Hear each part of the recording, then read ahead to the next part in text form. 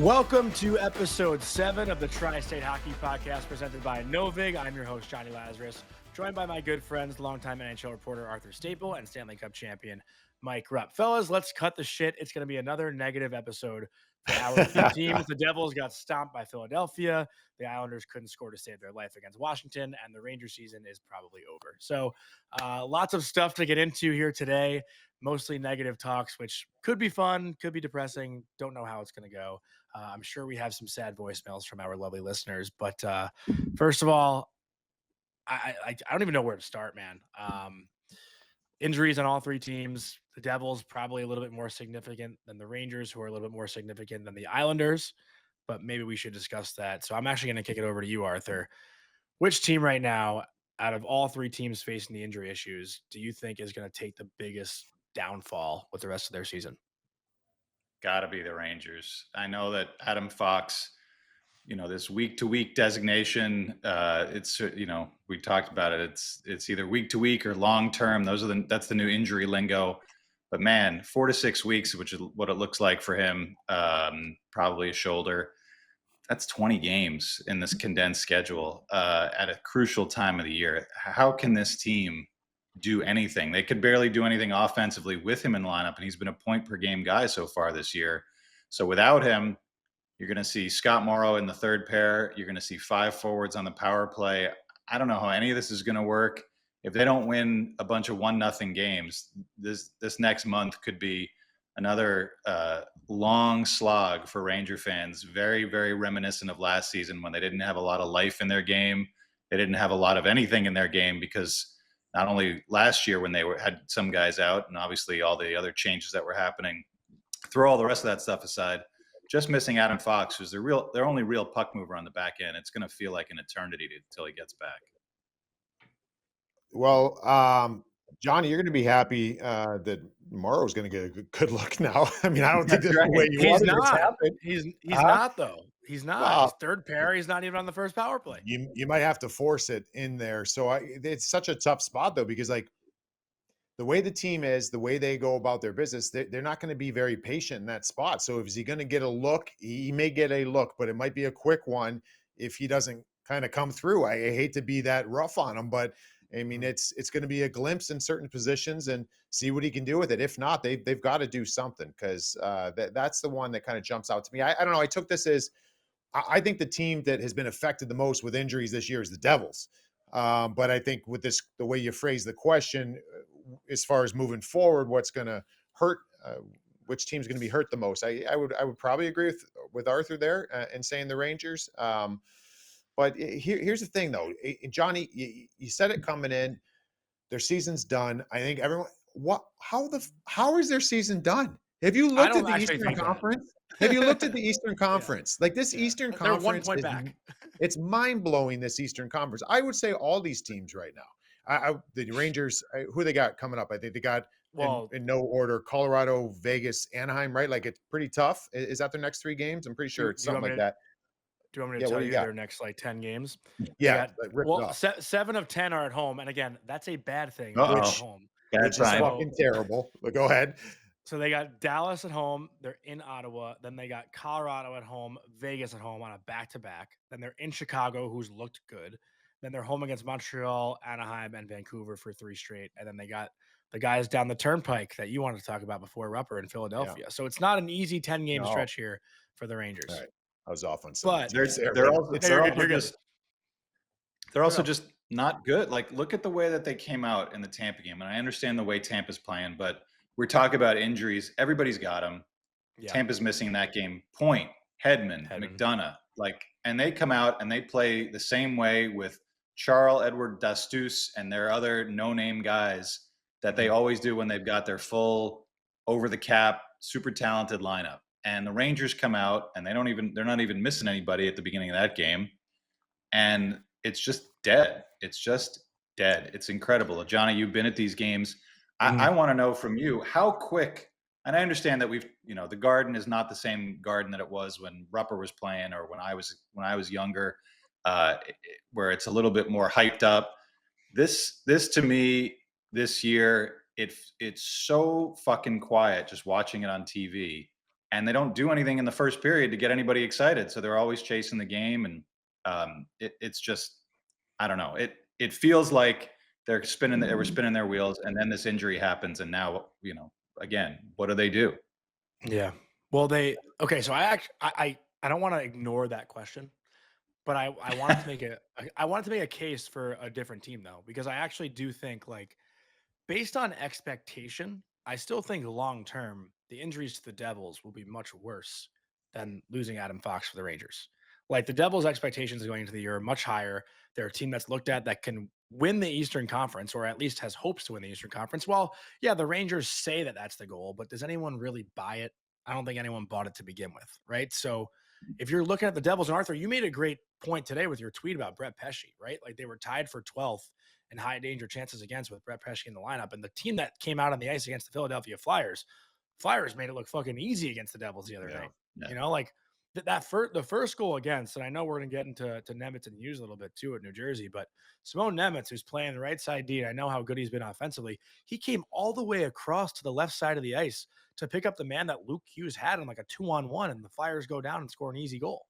I think they were on for what, 3 goals against in that game, that pair, maybe 4. Yeah, I think it was 4. I know Nemitz was out there for all 5, including the empty netter. So, yeah, I like that you said that though, because and you mentioned that in your post, Arthur, because Pesce's been. You look at the D core of the Devils and what they've had to go through. That's not even speaking on the Jack Hughes and trying to figure out who you are and how you're going to create some offense without Jack. That's been something that I'm kind of split. Like there's times where I think that they've navigated it pretty darn well, considering what they've lost on their back end. And then there's times where I'm like, oh man, like you're still waiting for certain things to kind of click and happen. And so they've dealt with, I think, the most injuries that should hold them back. Whether it has held them back or not is a little bit still TBD. I still think they're trying to figure it out. I'll jump in here too, and Yeah. just as far as impact goes, the Devils bought themselves some time, and obviously Jack's injury was feared to be a lot worse than it was. So maybe we'll see him just after Christmas. Maybe we'll see him in mid-January. Whenever he gets back, it's a help to them, and Pesce will probably be back by then too. And they just need to tread water while those guys are out. They just need to be a 500 team, as we're talking about. There's so much shit in the Eastern Conference right now. Nobody's moving up. Nobody's grabbing a hold of things outside of maybe Wash, maybe Philly. But I think those other teams would provide a pretty soft cushion for the Devils, even if they lost a couple in a row. The difference to me, and this applies to the Islanders too, this next stretch for the Islanders without Kyle Palmieri, without Pajot, without Romanov, they're going to figure out what kind of path they're going to take this year. Is Matthew Darche going to try to pump them up, try to get this team to a playoff spot in this kind of soft Eastern Conference, and maybe add a depth player or two, try to keep them propped up since we know Palmieri's not coming back. The Rangers, to me, the last thing that they want to be is a seller. They don't want to go through the letter again. They don't want to be in that spot. You've seen Chris Drury make these moves over the last couple of years to try to avoid any sort of dip. And now here they are, where we're talking about, does Artemi Panarin want to stay? He's certainly not going to take a discount. Can you convince him to waive his no move clause before the trade deadline? They're kind of stuck there. What do you decide on Alexis Lafreniere, your boy Johnny, who You were been stirring the pot today with that Panarin thing. The most invisible. I mean, he's been invisible at times throughout his career, and I'm not going to single him out. But the last couple of weeks has been really rough. I think it's 2 points in the last 9 games, including an empty net goal. You got to decide if Vincent Trocheck is worth moving on from. Obviously, he's a core guy, but he's going to be 33 next year. You can get something for him. I feel like this next month plus for them, if they really go in the shitter, then suddenly the direction of this franchise changes. And I understand that all of us on the outside, like you were saying, does anyone really believe the Rangers were a Stanley Cup contender? Well, no. But if the people at the top of that organization believe that they can compete and they should keep spending and keep adding and whatever, and suddenly you have to change course on that, a lot of things are going to change around the Garden. And that, to me, the impact of what's going to happen going forward with Fox out trumps what the Devils have been, trying to struggle against, missing Jack and missing Pesce. But I think to that, like to the first part of the argument there with the Devils treading water and they've bought themselves some time, teams have caught up. Like I'm looking at the stats right now. Carolina's already in first. They're 1 point ahead of the Devils, and Washington's 1 point back. Then you got the Flyers 2 points back, and the Penguins and Islanders 4 points back. Like these teams are caught up. Like the Devils, again, you don't have much more time or room to buy. Like they got to figure it out. And I don't want to single out a guy either, but Jesper Bratt's got 1 goal in his last 18 games.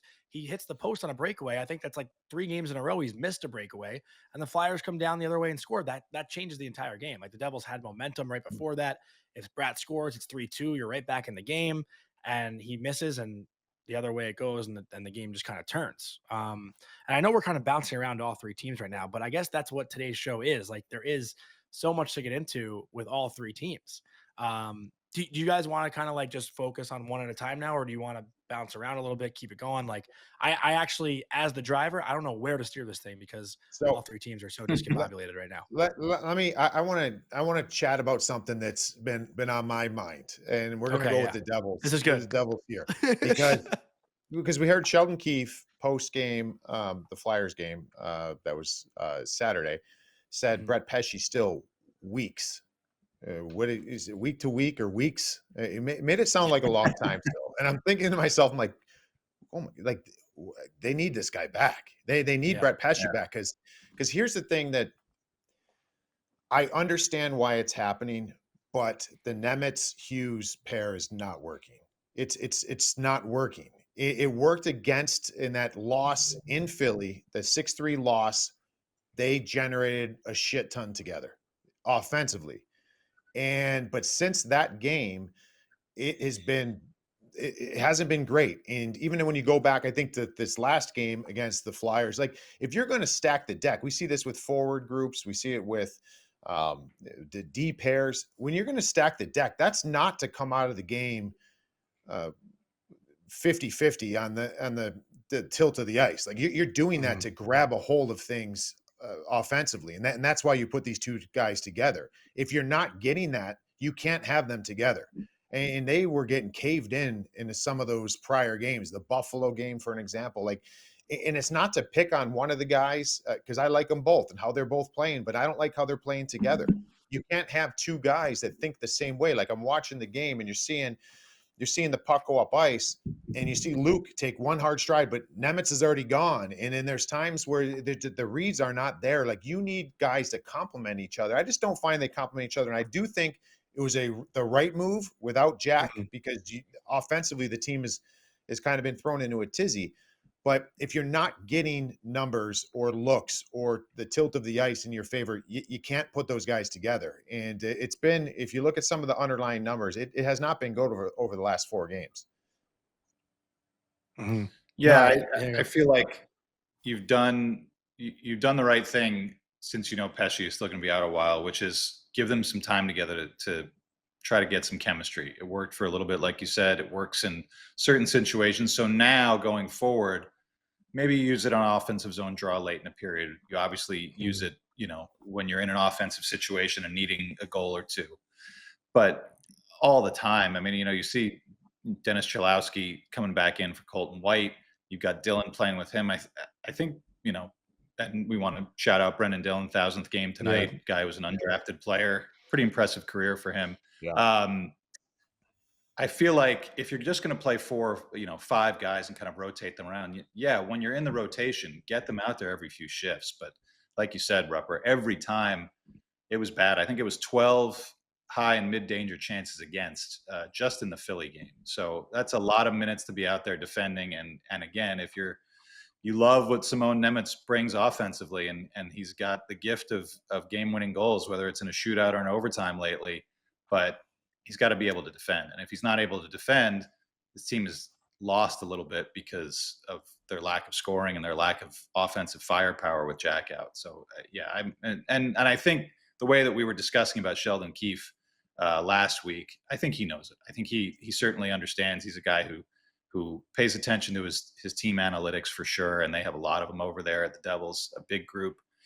And I think you're still doing, it's necessity, and you're sort of weighing the best bad option that you have. But I agree, Rupper. I think for now they got to start weaning them off of this every Yeah. other shift with those two guys, and maybe start to look at just randomly throwing them out there together when they need some offense. Yeah, that's a button. That's a button you should push. And again, Sheldon, we talked about on all these episodes so far. I love the way he is not afraid to shake things up. I mean, there's a lot of coaches that would never even put these two together for a second because they think, oh, they're the same offensive mindset. But he tried it. It's not working, and I fully expect them to get off this pair as far as consistently being together. But here's the problem too. It's like which one of those two guys is playing third pair minutes? Whose ice time gets limited I between mean, the two of them. you're playing five guys really. I mean, Chalowski is going to be a 10 to 12 minute night, 10 to 12 minute guy. He's Yeah. playing on his offside. I don't know how good he is at that. Dylan doesn't seem to be ramping up a ton of minutes either. So these guys are going to get their minutes. It just doesn't have to be together. Like you get them out there, but just try to. I mean, obviously Siegenthaler and Dougie is the pair that you want out there most of the time at 5-on-5, but you can rotate enough with the other four guys so that that again you're pushing that button when you need to, but you can also you could Luke and Dougie was a good pair for a little while at the beginning of the season too. You can mix and match, and everybody seems to have played with everybody so far too, so there's no room for discomfort, I guess, because everybody should be familiar. Since Jack got hurt, though, just looking at the time on ice, Luke and Nemec lead the Devils with time on ice. So, like, one of Oh those guys yeah. is probably taking a hit, though. And it's like, I don't want to speculate at all, but like, you have to think there's a part of ego that's played into that, right? Like, if one of those guys' ice time gets bumped down, especially with how well Nemec has produced offensively, it's like, Well, what you the know which hell, one's going to get bumped down. Yeah. You know which Nemec, one's going to get bumped down. Nemec. And Yeah, it Yeah. should be, and it should. And I don't mean against him, but like yeah. Luke's going to play, and he needs to play, and he needs to keep more minutes. And we've said it before. I've been very impressed. Does he make mistakes? 100% he does. The guy's on the ice half the game, and Mhm. he's playing in his own zone a decent amount. Like they're not. He's doing a lot of stuff for you. It's fascinating when those weeks are up.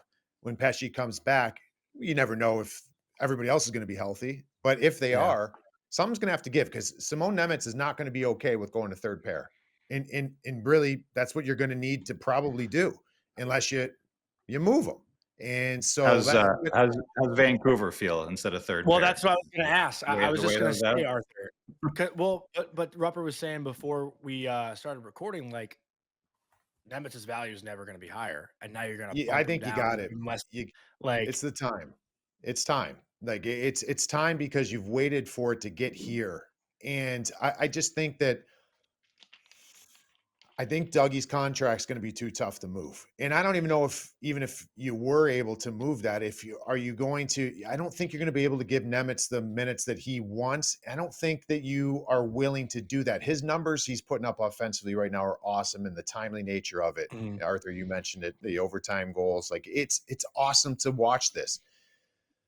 He's still a liability defensively. So as soon as that dries up a little bit offensively, you're going to have to cut his minutes. Like that's just the nature of the beast. And you're going to have a Brett Pesce who is reliable. You're going to have a Dougie Hamilton who maybe isn't playing like Dougie offensively like he once was, but he's actually playing a little bit better defensively and finding a nice pair with Siegenthaler. So I don't know where it goes, guys. We talk about it all the time. I hope this team is healthy, and I Mhm. hope that Pesce comes back soon because it's like get out the popcorn because I don't something's gonna have to give here on the back end. I have a question for both of you, and I'll let you guys decide who takes it.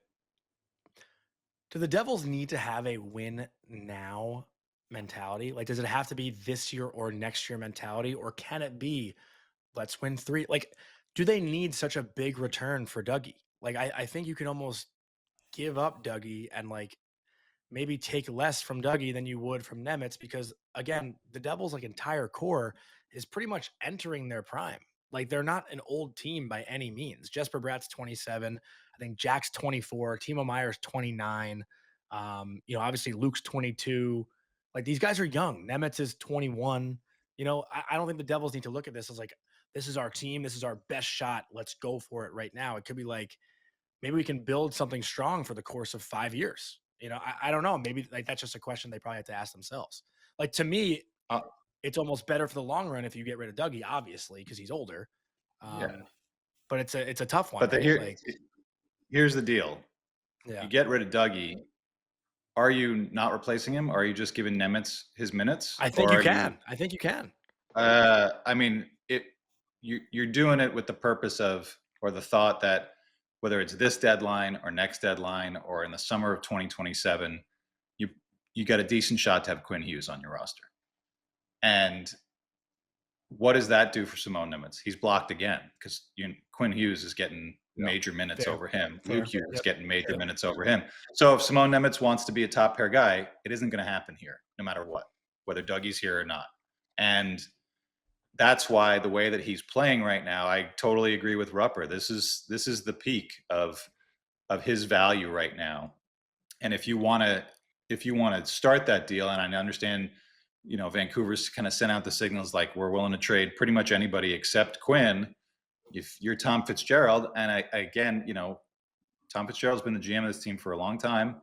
They haven't won anything. If they don't win this year, or at least advance a couple of rounds this year, maybe somebody else is calling the shots next year in 2 years. So that's another factor too. You got to get this deal done when you can get it done, and that seems to be right now because Vancouver is on the verge of completely falling apart, and I don't think Quinn Hughes is going to want to stick around. So if you can show some tape, if their scouts are watching Nemec and he's playing at this level, and then you start to throw in whatever other assets can make it happen, I think you make it happen. I don't think you wait to see if we can move Dougie, if we can unload the entire contract, if Simone Nemec wants to extend and he wants to move up, if Quinn Hughes is not an if, he's a guarantee. You go do that. I also, just if I can quickly, would like to walk one thing back. I did not mean to leave Nico Hischier out of that conversation. 26 years old, captain. He's been unbelievable. I don't want Devils fans He's thinking been that I'm ridiculous. grabbing him. But also like Really his good. contract's up in like 2 years or a year. So like again, when I look core, I look contract, and obviously Nico's probably going to stay and sign. But those guys are locked up long term, and he's not right now. Your question you asked, yes, they should be all in.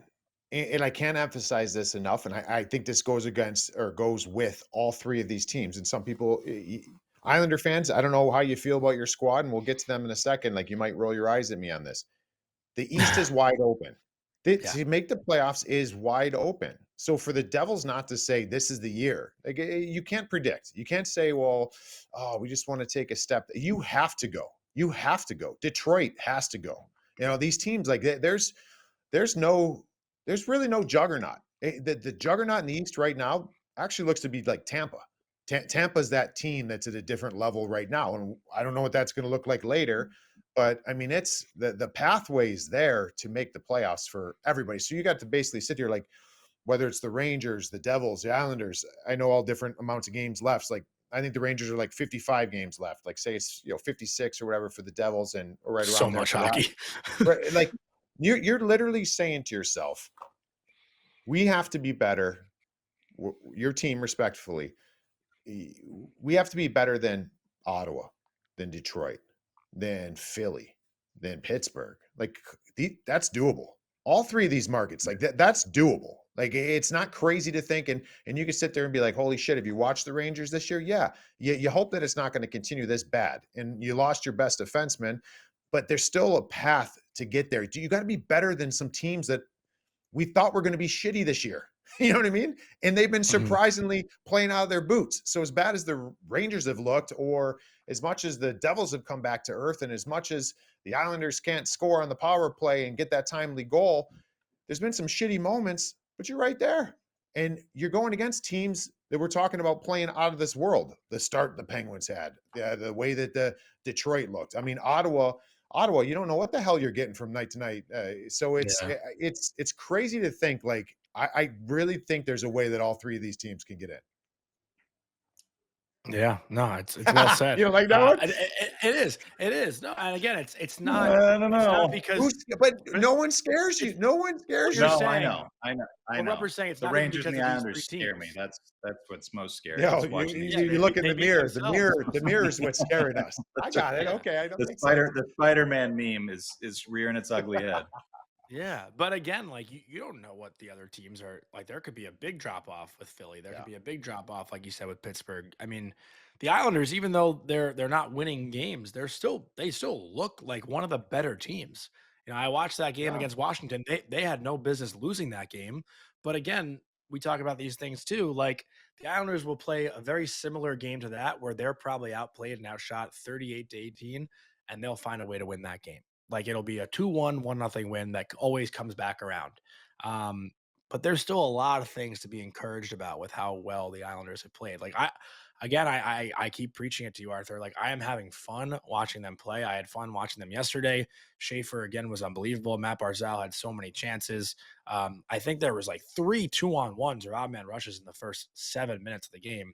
And if one of those goes in, it's a different game. Ilya Sorokin also, makes a critical mistake that probably cost them the game. It's hard to come back when you go down 2-0 off of a pizza by your goaltender. Um, like I still of these 3 teams, I actually think the Islanders finish at the top, like of the 3. Like I really do feel that way from watching all 3, and It's because Wow. they've played the most consistent. okay. So Yeah. Go ahead. here's the one thing I'll say. The Devils play with some gumption. Like Mhm. they have battled back through this rough stretch. The Islanders play with balls. I think Yeah. the Islanders have balls. Like they are a team that I like a lot of their components. And Arthur, you follow them more closely than I do. But when I'm watching the Islanders, and you're watching over the last number of games, they deserve better. That's one of the most dangerous things you can say in hockey. The last stretch of games, they can't score. I mean, that first period against Washington, Johnny just mentioned, good Lord, can we score on an odd man rush? Like, you know what I mean? Yeah. Or we're talking about the power play a few games back. It's been, what was it? It was extreme numbers of Like 0-4. 11%.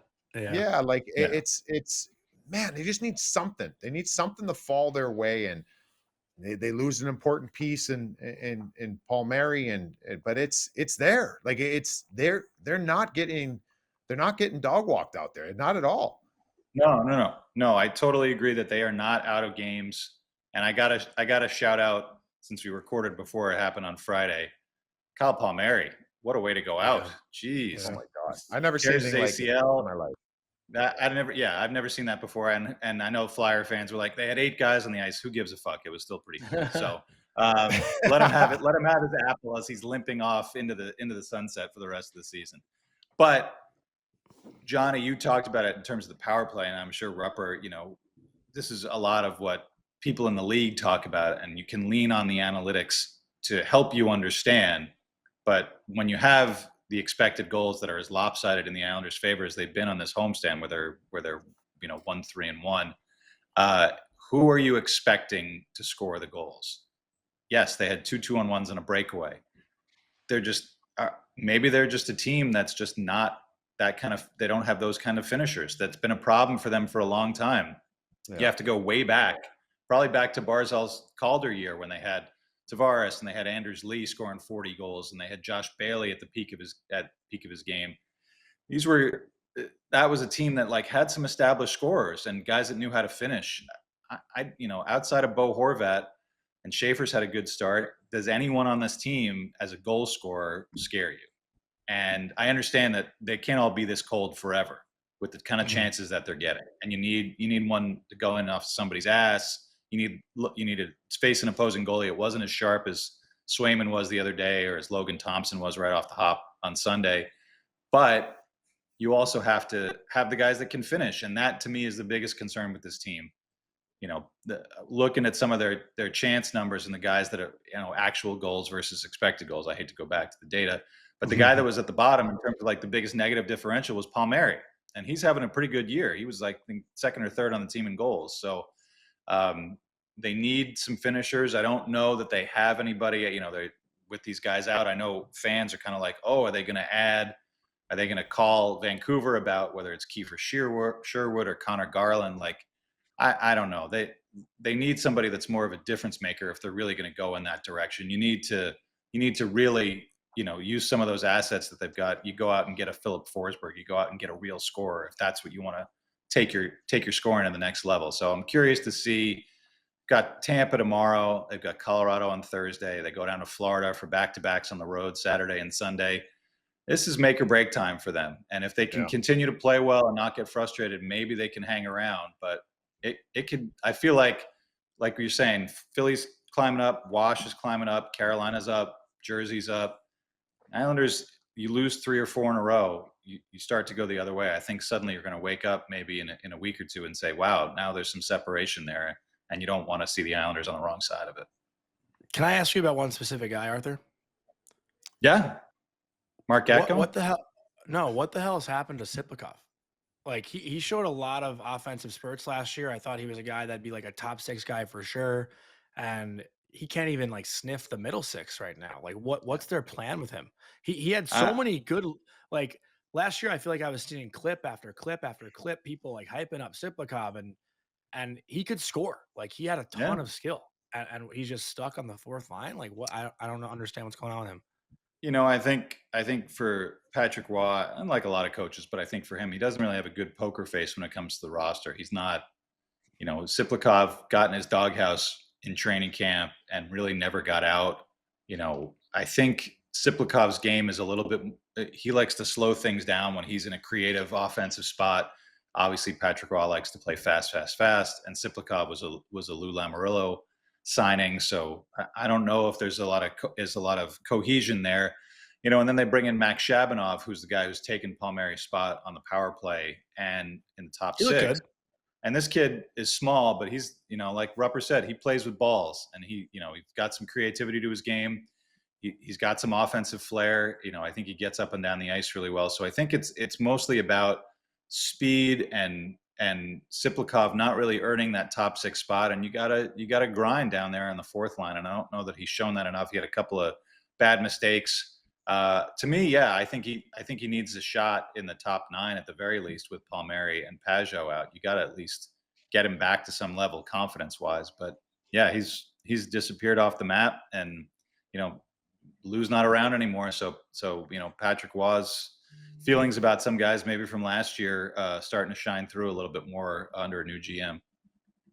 I remember last season, because I agree with you, Johnny. I used to watch him. I'm like, who's this Siplikov? Mhm. Like this kid, he Yeah. could do some things out there. He's got some good size. Um, I don't think he's earned that trust.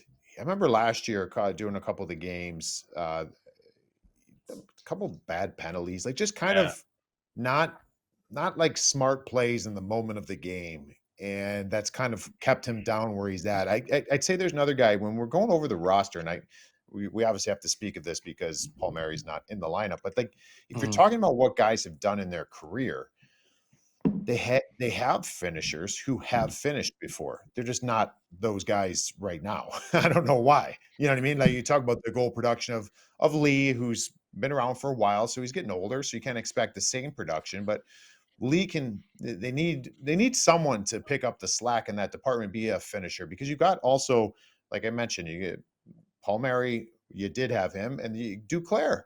Like Anthony Duclair, he is Yeah. a goal scorer. He has been a goal scorer in his career, but he hasn't really found that groove there. So I don't know if all of a sudden it's just going to start happening, but they do have guys on roster that theoretically should be able to put the puck in the net. They just haven't been able to do it.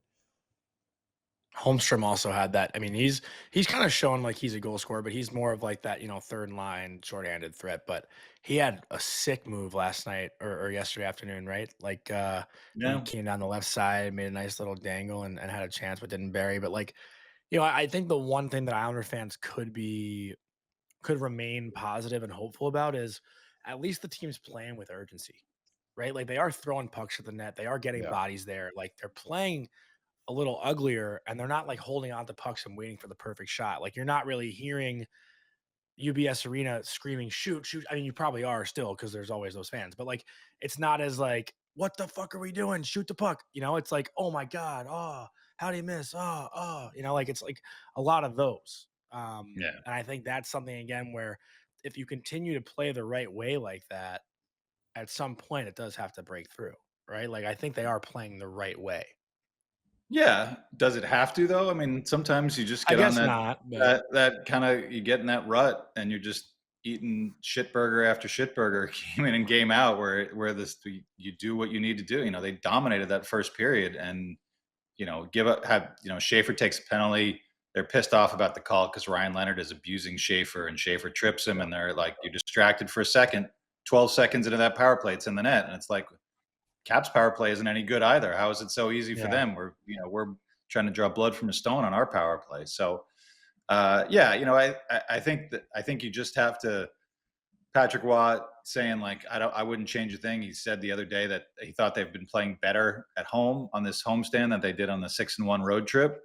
Okay, I guess if you're in that room, you better believe it. You better keep the frustration at bay and Tampa's going to frustrate the shit out of them tomorrow night, and that's going to be a difficult game. They're probably going to face Vasilevsky, so you got a decent chance to see another hot goalie, and then obviously the Avs are the Avs. Even if you don't come away with 2 points in either of those games, you got to at least fight to get to overtime. You got to be able to produce a couple goals, maybe even loosen things up a little bit. I don't know. It just feels like a real watershed stretch here for them. These next 7 are going to really determine what happens with their season. It is because you haven't been able to bank points when you deserved them. Yeah. And that's what makes these under the microscope. But the last thing I want to end it positive here. The Schaefer Pulock, they found another level together as a pair. Like we see Matthew Schaefer since he started, he's been incredible. But like I think we're starting to see them as a pair get better and better together, and it's fun to watch. It's fun to watch how they can kind of control play, and it not just be about Schaefer individually. It's they've been together for a while, but there was some games where it was okay together, and now you're starting to see some stretches where I feel like they're really starting to control it. So I think that's a big positive. They're starting to see like it seems like things are slotting pretty good on the back end. They put Pulock on the power play too, didn't they? Yeah, and the knock on Pulock as an offensive player, he was a 40-point guy earlier in his career. He obviously has the big shot, but he's always needed it like just perfectly on a tee. And now you never really had a guy that could set him up the way that he needed to be set up. Now you've got Matthew Schaefer, the do-it-all 18-year-old, and he did tee it up for him the other night when Anders, the double deflection that tied the game against Philly. So yeah, I think using those guys and we were talking about they need another trigger man out there. We thought maybe behind him but if it's Pulock, great guy. You could use a guy that blasts at 90, 95, 100 miles an hour, causing some chaos and getting some people to flamingo out of the way of that so you can get some pucks down towards the net. It's good. It's a good development, and hopefully, power play goals in back-to-back games. Maybe that's something to hang your hat on and get started with. Good positivity, Rupper. I also want to queue up. I think we have, before we do Rangers, I think we actually have a voicemail, Vic, that can help lead us into Rangers if we want to use one of our voicemails. I know we'll get to some voicemails at the end, but I think it'd be a good time to segue into the Rangers with a take from one of our listeners. So this is from Nicole. Hey guys, have a question about the Rangers. Obviously, terrible news with Fox being out now, and it'll be tough to see how this team fares with the tough schedule ahead. But can you guys just speak to the reaction or lack thereof to the hit? It's not to say that the hit was dirty by any stretch, but that's one of your best players going down. And you look across the league at other teams' top guys getting hit, and teammates step up for them. They create a scrum or push the guy around or pick a fight or whatever it is. Obviously, we know JT's banged up, so maybe you don't expect him to physically get into anything, but he is the captain and the leader of this team. And you've got other tough guys like Cooley, Carrick, Rempe's out, so that's kind of a loss there. But just what can you speak to the lack of identity this team has? It just seems like Jonathan Quick was the only guy in that Detroit game. It just seems like a common theme. Thanks. So really good voicemail from Nicole. Yeah, I like that one. Like it's hard, right? Because I don't think guys should have to fight for clean hits. So like it's hard to say that like Hagel should expect someone to go after him, but like Brandon Hagel also knew what he was doing, right? Like he had a chance to make Adam Fox feel it, and he did, but it was perfectly clean. So it's like it's one of those So things where I'm kind of in the middle, where like someone should make him pay for hurting their best guy, but it's also like, what are you supposed to do? Do that every time there's just like a clean, like, you know what I mean? It's a weird in between for me. I think the answer is yes. I think you do Yeah. something, and Yeah. even if there's no injury on the play, like so, I know this is a common. A lot of people feel this way, especially in the game Yeah. nowadays. And I'm old school in this way, probably because I experienced what it was like and what it meant inside the room when you just react regardless. Like there's times during a play Mhm. where you don't even see behind you what happened. You hear Yeah. the crowd, maybe you're on the road, you hear a roar, you turn around, your guy's on his ass.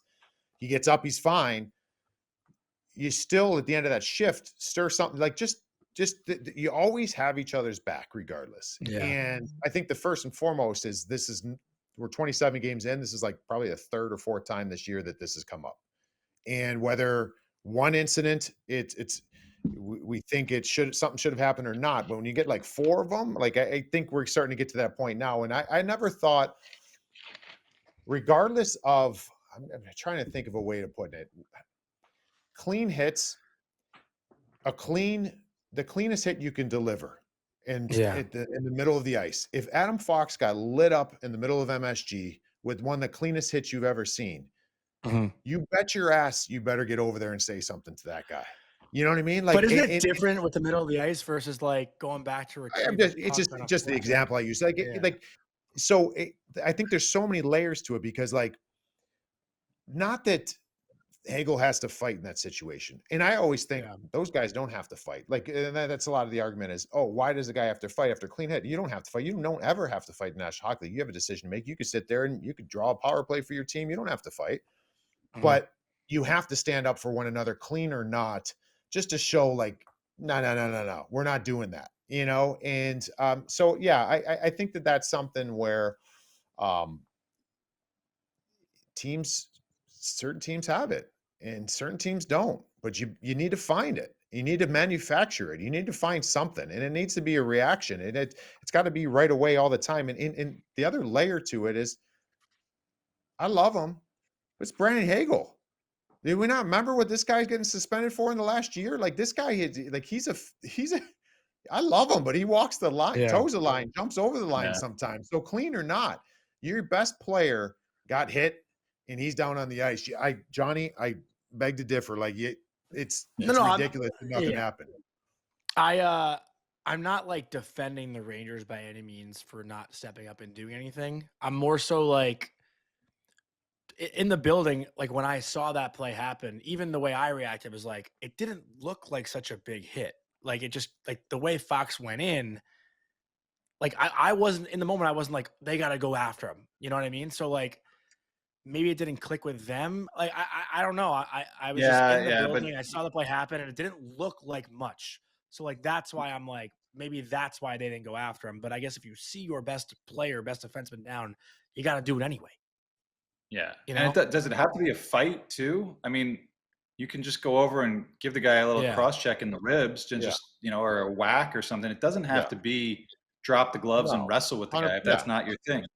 So I think we saw it in the Wash Islanders game too when Ryan Leonard was clearly targeting Schaefer. Tony Yeah. Giangelo goes over to him, just gives him a little cross check and starts running That's his it. mouth, and obviously that Yeah, kind sure. of gets the juices flowing. That's all you need. And I think we had a similar conversation, like Nicole said on our call, about the empty net thing with Quick. Mhm. If last year hadn't happened, then you can say, okay, you don't have to do it here. You can be caught in between and say, oh, I didn't react. But people have been questioning the character of this core, the guts of this group since the beginning of last year. And the response last year was fucking crickets. Nothing. Yeah. Once Trouba was gone, certainly nothing. So someone from this group, especially someone that maybe has a long-term deal, is here for a while, is considered to be part of the core, has to just go out and say it doesn't matter if it was dirty or clean or if he's hurt or not hurt.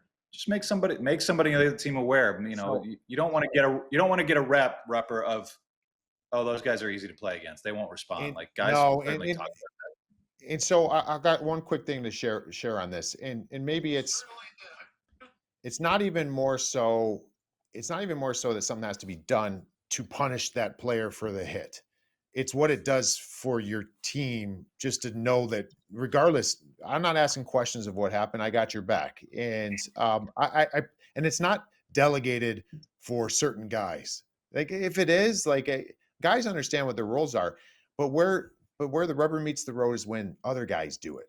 Like I still remember certain times in my career where our best skilled player, maybe someone cross-check me and going over and just saying something, you know what I mean? Like, oh shit, this guy's got my back. Are you kidding me? He doesn't have to do that. And I think that's where you know you've got something special. So you look for those types of things. I remember playing on a team. I won't say which team or what player it was, but I remember in intermissions, a player on the team came up to me and said, "Hey, Rupper, blah, blah, blah on the other team is all over me." And I'm like, "Oh yeah?" He's like, "Yeah, he's all over me, just like just constantly chirping me and giving me shots, blah, blah, blah." And I'm thinking to myself, like, well, do something. You know what I mean? Like, what do you think this is? Like, you're not calling in a hit here. Yeah, this isn't how it works. Like, yeah, if you start an altercation, we got your back. We'll get in there in 1 second. But like, I think that the point is when you have a team that's looking around thinking someone else will do it, yeah, that's a tough spot to be in. And maybe I'm getting a little off base here because it's not necessarily what happened on that play, but it's just when you react that way, when you react in a way where I don't even care what happens, or Foxy comes to the bench. Like I was in that outdoor game when Crosby got that concussion, and we're playing in Pittsburgh outdoor game. None of us saw the play. But we came to the bench. We knew Sid came off the ice, and you should have heard on the bench. Everyone's like, "What happened? What happened? I don't know. I don't know." You know what we did when we went to intermission? Even though we're in it, what was it, Heinz Field or wherever it was in Pittsburgh? Yeah. We went into the video room, and we had the video guy pull it up and show us what happened. And there's like 5 of us in the room because we're gonna rip someone's head off because we don't know what happened. It could have been clean. But we need to know what happened right there in that moment. So, yeah, man, I don't know. It's maybe giving too much to this, but it's just like the 4th time it's happened so far this year. So while you were talking, I went back and looked to see who was on the ice. So Fox goes back for that puck. It's him and Gavrikov, and then you have Berard, Laba, and Brodzinski on the ice. Like those are the forwards. I mean, obviously, like why not? If you're Noah Laba, you're a big kid. Yeah. I mean, but the go in standard, there. but see, I don't even blame the standard hasn't been set. I don't even blame those No, guys. The standard should have been set. It should have been set a while ago. And this is something that kind of dates back a couple years. So yeah, I don't know, man. I just it also looks like I'm just watching it again. Like none of them even like realize that Fox is down. Okay, I feel like now maybe I'm like what time of the game is this? What time of the game? Third period. There's 13 minutes left in the 13 minutes left in the third. They're down by 2, but like Brodzinski. Was there any moment? Was there any moment from there on? Like you can miss it. But then you go to the bench when you see Foxy coming off the ice, holding his arm in his other hand. Like you ask questions, and if you're not asking questions, you're a moron.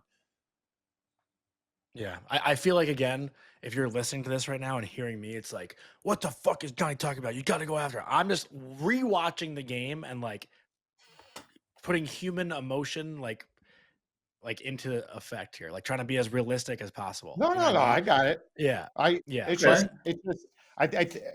would we be giving it this much time if this wasn't like a number of times it's happened this year? Yeah, no. I think that's the best argument. Yeah. That's the best argument. Do we have? I mean, should we go into more Rangers and just talk about the significance of Fox's injury? Like, we got one more voicemail, right? I think it's a good one. Let's listen. Rangers? It'll get us going. Yeah. Hey, how's it going, guys? Long-time listener, first-time caller, and I'm calling about a little personal dilemma. Just between my family and I, we're big Rangers fans. My dad and my grandfather and I are all in a group chat together. Always sharing our not so professional opinions of this New York Rangers team. But Lately, I just don't know how much more my mental health can take it. I've been in the camp that, this Rangers team is definitely a lot better as their record shows, or maybe not a lot better, but they've been the better team in some of the games that they've lost. And, we've got a lot of guys that have these no move clauses and that we're going to be stuck with for this foreseeable future. But it seems that every single time that the Rangers, slip in a game, maybe they give up the first goal, they give up a goal late. I've got to hear it from my father that, we've got to trade Mika Zibanejad and, you've got to, why did you give Shesterkin $11.5 million? And who the hell even is Mike Sullivan? What's so special about him? But all jokes aside, guys, just any tips on how I can just kind of keep myself sane during a rough season like this? Edibles. Whew, okay. That's for sure. That is Chris from Long Island. Thanks for calling, Chris. I always say, like, being a fan, you got to take the lows with the highs, right? Like, I think what made 2024 so unreal is like the horrible feeling after losing to the Devils in the first round, and underachieving and wanting so much more from that team. Like, as pissed as fans were, that's what makes the next year that much better. And, obviously this is now 2 years in a row where it's like, what is this team? What's their identity? Where's the heart? Where's the grit? Like, who are they? That's frustrating for sure. And with the original question you asked at the start of the show, Arthur, like, with the home crowd and the fans and all that stuff. Like, me and Dan Rosen were talking about it in the third period of the game. Like, as bad as the Rangers look, you're in a 1-goal game in the third period. You kind of need the fans to help boost you a little bit. Like, there is a certain time and place where the guys on the ice have to give the fans something to cheer about, but there also should be something to be said about the fans giving the guys on the ice a little boost. And I don't know if Ranger fans really give the guys a boost ever. When you see things are so clearly not clicking. Yelled. They should have yelled at them to go after Brandon Hagel. Go after Hagel? Yeah. They should have fucking yelled. They should have. Yeah. But you know what I mean? Exactly. Like, when have you really seen the Rangers, like, I've been to arenas where the home team allows a goal and the home fans are still, like, applauding and trying to build their guys back up. In New York, or at least in the Garden, that never happens. That's rare. Never happens. That is rare, John. Like, I'll defend any and all fans who spend the amount of money you got to spend to go to a hockey game. We live in the world in 2025, almost 2026. Someone needs to entertain you at that price point. And 4 goals in 11 first periods this season. I mean, fuck that. If I'm a season ticket holder, you better come up with a lot more than what you've come up with to get me to try to bang the drum for you at 2-1 or in the third period, or get excited when Dancing Larry comes out and we're still down a goal. Well, no, that's got to stop. That's got to stop. Yeah, that's got to stop. We're having him on next week, man. Don't be dissing him like that. Hey, no, I will say this though, like, you guys have both been around the Rangers for a long time, and I'll say this because, and the reason why I'm prefacing it like this is that the year that they went, dude, I get these years messed up all the time. When was Eastern Conference Finals? Like, that was 2024, 22 and 24. Mm-hmm. So I probably for both years then. So I went to a lot of the playoff games. I go to at least I was going to like 2 home games around. And was that when they caught you with the beer on TNT? No, that was the brawl game. That was the brawl game. That was the brawl. Didn't you miss it? Yeah, I did. I did miss the brawl. That's another conversation for later. But the thing I'll say, and the only reason why I'm saying this is because I got to, when you're playing, it was different. But like, I loved the fact where I went as a fan. And I remember going to the playoff games, and I didn't go as like, I remember the alumni connection was like, give me the tickets and whatever. And there's times where they'll go and do, you'll go do meet and greets or pop by a box or something like that. And the one time I went, I was just like, hey, you good if I like, I want to absorb it. I want to be a part of the game and just kind of, take it in as a fan. I remember I had a Rangers hoodie, Rangers hat, went in there, have a couple beers during the game. And when that goal song goes off, I'm telling you, dude, I get goosebumps now talking about it. Like it's there, but you got to fucking score. You know what I'm saying? Like you got to, like Arthur's saying, you got to give them something, because I brought my kids to games. I brought friends to games who aren't even Ranger fans. And when they hear that goal song going, everyone gets in and they start chanting and they start going. That place starts buzzing. But I hate to say you're right, because as a player, I want fans to give us something all the time. But you got to give them something, man. You're not scoring goals. So the most electric part of a Rangers game is probably that goal song, and we're not even hearing it. Like we weren't hearing it for games early on in this season. So I mean, I don't know. I think that's hopefully it comes around, but it's an electric environment. It can be. It just hasn't been this year so far. None of the players have openly said it, but I think they feel like they have to win the fans back over. And like that is something that I think they've put pressure on themselves with. And I asked Vinny, like Trocheck, straight up after the game the other night. I said, you guys have, I think 7 of 10 or 8 of the next 11 games at home. Like, do you feel like this could be, a defining thing to turn your season around to win the crowd back? And he just said, we're happy to be home for a long time. We're taking it one game at a time. You know what I mean? Like, I think maybe that answer, sometimes players want to give the media something and sometimes they don't. I think in that moment after that game, maybe it wasn't the best question to ask to look so far ahead. But I think the guys understand like that the fans like almost hate them right now. And in New York, like speaking to your point, Robert, and it's go. It's worse. It's indifference. That's the thing that kills you the most. Like I was watching some of that Devils Sabres game the other night, and the Sabres started off well. Tage fights, Stefan Nason beats the shit out of him. Sabres fans should be gassed up, and then they committed a ridiculous turnover, and you could hear a pin drop in that building. And that's 14 years of futility and misery all wrapped up. And it's not hate. Everybody always thinks that's like we hate these guys or whatever. No, they just don't care anymore. And that's the paying crowd. What do you think, the people who are, choosing not to even watch on TV or stop caring? So to me, when you get that silence, and I was never a player at that level or any level, but like you hear nothing from your crowd and you've given them nothing, you can't get pissed that they're not coming out of nowhere to cheer you, or they're not like listening to the prompts from the game pres. Like you should be embarrassed. You should feel like, geez, like it's dead in here. Like, what did we do?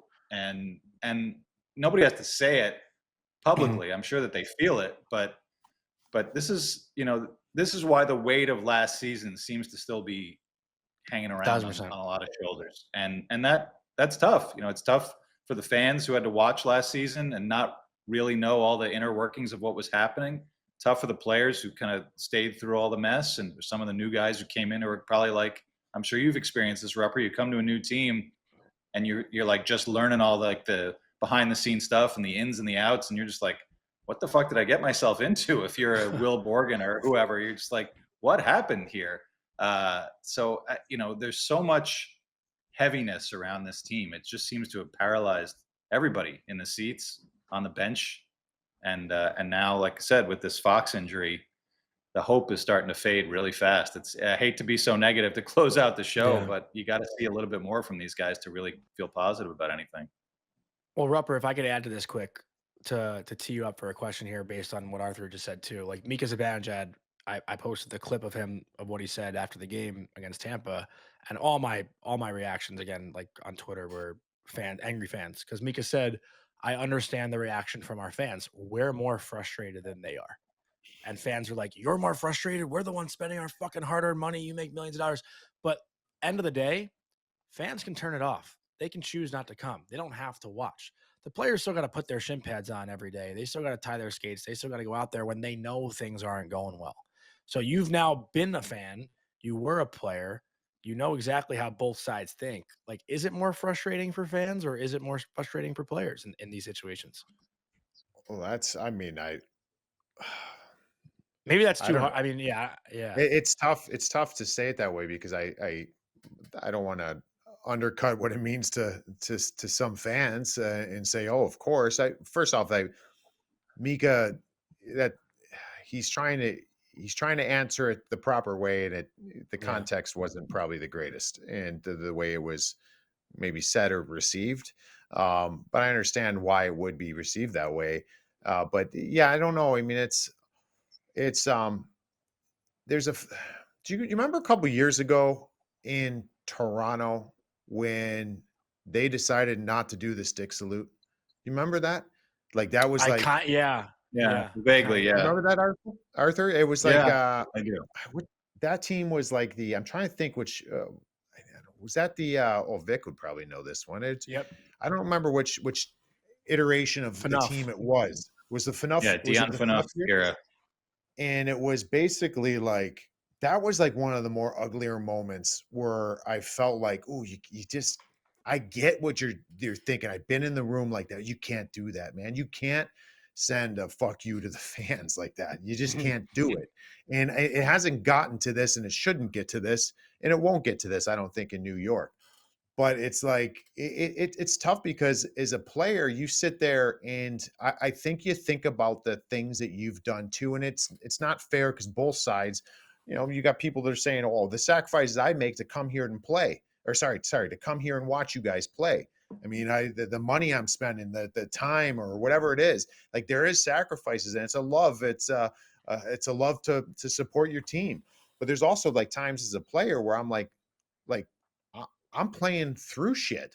Like I shouldn't even be playing right now. And it's like it's this vicious cycle that the only medicine for it's to win. And that's the easiest thing to say, but the hardest thing to do. So I think JT Miller's been banged up all year. So like you would like if JT Miller was not playing in games, then people would have a problem with that. Now he's playing and he's not playing to his level. People have a problem with that. Like it's tough, man. It's like a weird. I get it from both sides, but the only thing you can do about it is inject some energy, start winning hockey games, and finding any which way to do that. Getting yourself uncomfortable to do that. So I don't know. That's just babbling about nothing, but it's tough. It's tough because I get it from both sides. Yeah. I don't know. It's obviously a tough question to ask, right? But I think you, well, I don't know, Arthur, you got anything? No, yeah, you can never take shots at the fans, and I understand the way that MSG is, but like Rupper said, you can think back to some of the series against Carolina with the kid line in 22 when they were just whipping the puck around and Filipino was on fire, and how loud the crowd got, and Vinny Trocheck's overtime goal also against Carolina in 24. Barclay Goodrow's overtime goal, like that place is still electric. There's no place like it in the NHL. Certainly not in the continental US. Maybe leave some of the Canadian cities out of it, but it's there's a reason it's called the world's most famous arena. The great stuff that's happened there, even leaving aside 94, way back when, fans know how to get loud, and I don't know that you can just say like, oh, like if only they would drag that team up. Like it would take a lot more than the fans chanting "Let's go Rangers" when they're down a goal with 8 minutes left to get this team motivated. It seems Mike Sullivan It's like and his coaching staff have been trying to. Right? Yeah, I'm having visions of the Ultimate Warrior grabbing the ropes and start shaking. Johnny, you know who the Ultimate Warrior is? Can't say I do. No, but like old it's school like wrestling, buddy. yeah, like that's not how it works either. So it's like I don't know. As a player, I never sat there and said like it's hard to get up for the game because the fans are not loud. Like that's wild to me. Like you could be like, oh, it's like a Morgan here, but to think like no, like I never thought that. And I trust me, playing at the Meadowlands back in the day and some of the boring hockey style that we played. It was you hear a pin drop in there, but it was they're great fans. It just we didn't have an atmosphere. We played boring hockey, but you can't sit there and go with the ebbs and flows of the fans how you're going to play the game. Yeah. Good stuff, guys. Seriously, good stuff. I mean, definitely a wild episode for all three of us, right? Like with everything going on with our teams. The Devils are in action tonight against the Columbus Blue Jackets. They are on home ice. Rupper, I'll be back at the Devils game day staff skate on Wednesday and Friday if you want to bring your gear. and come hang out and come skate. I gotta get going to that at some point. I'm not in the I near know you got to future. get those knees going, right? Was the I knees gotta that get, were gotta oil up, lube up the joints a little bit before I get out there. But yeah, looking forward to that. I'll actually be at the double game also on Wednesday night. But just want to remind everybody, if you are looking to get some action on the Devils and Blue Jackets game tonight, this show is brought to you by Novig, the future of sports betting. On Novig, you play against other real users, not the house, and it's the only commission-free exchange, so you keep every dollar you win. You'll get better odds than traditional sportsbooks, meaning you're 10 times more likely to win in the long run. Choose the best odds or offer your own. Trade Novig coins for fun or Novig cash to win real prizes. Sign up with our code Daily Faceoff in all caps. You get $50 off in Novig coins when you spend $5 on your first purchase. Available in most states. You must be 21 or older to play, with no purchase necessary. And tonight we are going to go with the New Jersey Devils to win outright on the money line at -132 against Columbus. The Devils, obviously one of the better home teams in the NHL, thinking they can get right after that loss against Philadelphia. So that will be the bet. That's going to be everything we've got for you, on today's show. Any final thoughts from you two before we go and record again on Friday? Maybe we'll have some good news to talk about on Friday. We'll see. Yeah. Thanks to our producer, Vic. Thanks to everyone who left a voicemail. And we'll talk to you guys Friday. Have a good week. Hope you enjoyed that video. And if you want to see some more Tri-State hockey content, don't forget to leave a like and comment on the video below. And also subscribe to the Daily Faceoff YouTube channel.